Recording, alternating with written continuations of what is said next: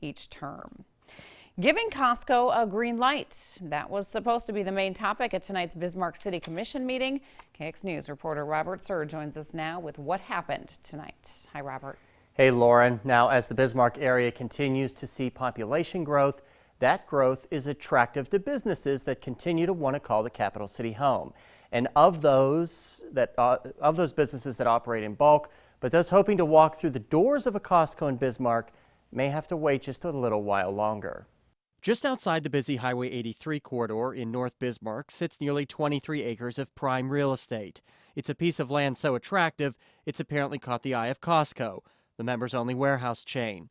The Washington state-based company has taken several steps that would fuel speculation they plan on coming to Bismarck, some of those being a request and approval to operate a gas station on this chunk of land along Highway 83. The company has also submitted a plan for a 157,000 square foot facility, but has yet to submit any formal building plans.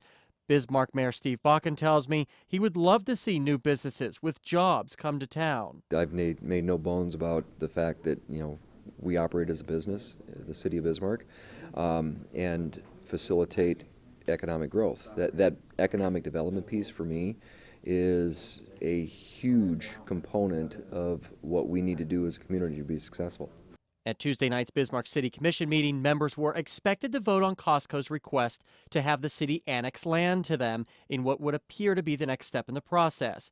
But during the meeting, a representative for two groups of investors who own the land asked for a continuance because the sale of the land isn't complete. There are still some negotiations that are going on with Costco that we would like to get finalized before we take final action on the annexation.